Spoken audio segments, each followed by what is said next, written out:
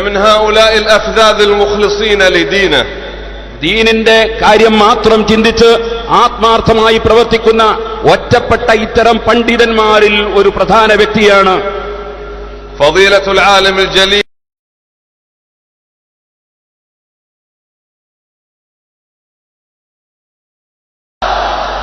അനാഥകളുടെ പിതാവെന്ന് വിളിക്കപ്പെടാവുന്ന ലോകപ്രശസ്ത പണ്ഡിതനായ മഹാനായ ശൈഖ് അബൂബക്കർ അഹ്മദ്. പരിശുദ്ധ ഇസ്ലാമിന്റെ സേവനവും വിജ്ഞാനത്തിന്റെ പ്രചരണവും അതിനുവേണ്ടി അദ്ദേഹം ചിലവഴിച്ച സമയങ്ങളും സന്ദർഭങ്ങളും പ്രയാസങ്ങളും അതിനെല്ലാം നന്ദിയായി അവിടുന്ന് കാണിച്ച ഈ ദീനീ സേവനത്തിന്റെ വക ആദരവായി അതിനെ ശക്തിപ്പെടുത്താൻ വേണ്ടി നബി സല്ലല്ലാഹു അലൈഹി വസല്ലമ തങ്ങളുടെ ശറഫാക്കപ്പെട്ട മുടി ഞാൻ ഇതാ ശൈഖ് അബൂബക്കറിന് കൈമാറാൻ പോവുകയാണ്.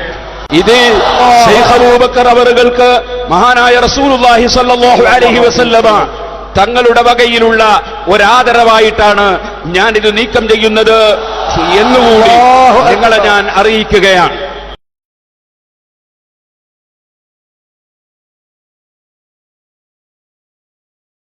നബി സല്ലല്ലാഹു അലൈഹി വസല്ലം തങ്ങളുടെ അനുമതി ലഭിക്കാത്തത് കൊണ്ടായിരുന്നു ഇതേവരെ ഈ മുടി ഉസ്താദ് അവരുടെ കയ്യിലേക്ക് കൈമാറാത്തതെന്നും ഇപ്പോൾ നബി സല്ലല്ലാഹു അലൈഹി വസല്ലമയുടെ അനുമതി സ്വപ്നത്തിലൂടെ ലഭിച്ചതിന്റെ പേരിലാണ് ഈ മുടി നിങ്ങൾക്ക് കൈമാറുന്നതെന്നും നേരത്തെ ഉസ്താദ് അവറുകളോട് ശൈഖ് അഹമ്മദ് അവറുകൾ പറയുമ്പോൾ ഞാനും സമീപത്തുണ്ടായിരുന്നു.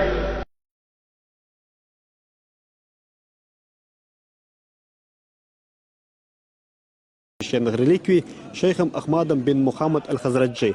Ценный груз сопровождали также известные богословы других мусульманских стран. В их числе и председатель Совета улемов Индии Абубакар Юсуф Ахмад.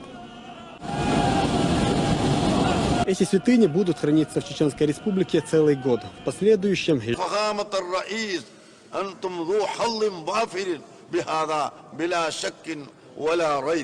نيرمي فتح تهن